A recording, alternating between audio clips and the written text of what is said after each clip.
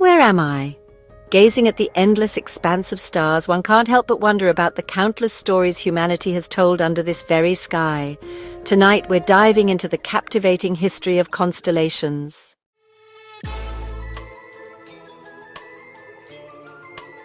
The history of constellations begins over 17,000 years ago. Early humans stared at the stars and saw patterns, myths, and meaning.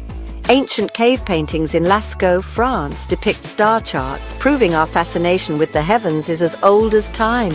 But where am I in this journey? Let's trace it back to the dawn of civilization.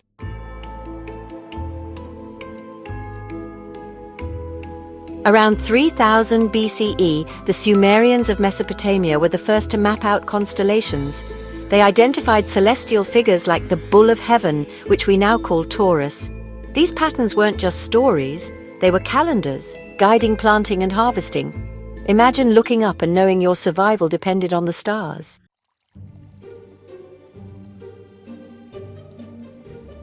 In ancient Egypt, the history of constellations became intertwined with religion and architecture. The star Sirius was critical to predicting the flooding of the Nile. Temples like Karnak aligned perfectly with celestial events. Where am I now? Standing at the crossroads of science and spirituality.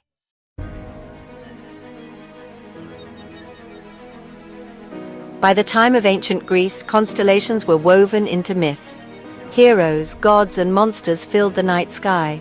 Ptolemy's Almagest, written in the 2nd century CE, listed 48 constellations still recognized today.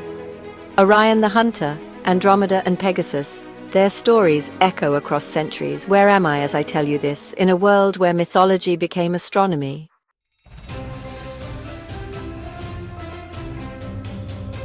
Meanwhile, in ancient China, constellations took on a different form.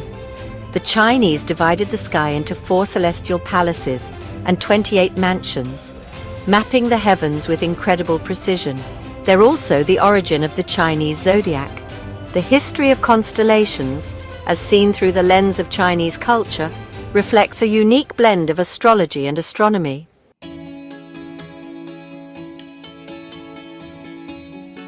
Across the globe, Indigenous cultures mapped the stars in profound ways. The Aboriginal Australians created constellations like the Emu, formed by dark patches of the Milky Way. The Lakota of North America used star maps to guide their ceremonies. Each culture asked, "Where am I in the universe?" and found answers among the stars.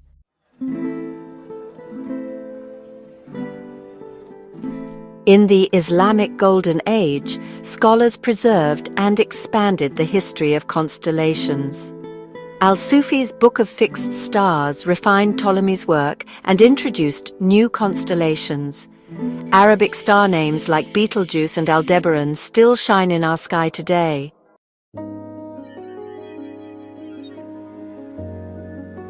The Renaissance brought a revival of interest in the constellations, blending art, science, and exploration. Tycho Brahe and Johannes Kepler charted the stars with unprecedented accuracy. Then came the telescope, revolutionizing our understanding of the heavens. Where am I now? Standing on the cusp of discovery.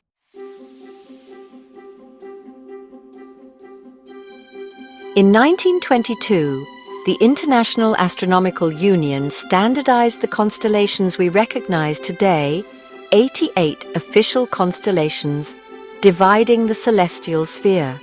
No matter where you are in the world, these patterns connect us all.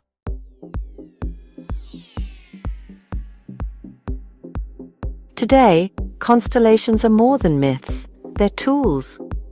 Astronomers use them to navigate the cosmos.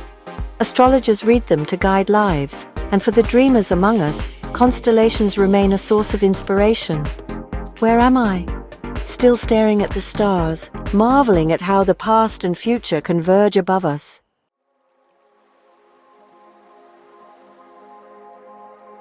From ancient cave walls to modern observatories, the history of constellations is humanity's journey to find its place in the universe. So the next time you look up, ask yourself, where am I? Perhaps the answer lies among the stars.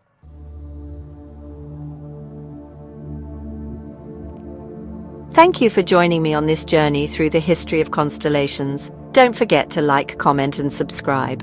And let me know in the comments, where am I in your favorite constellation story?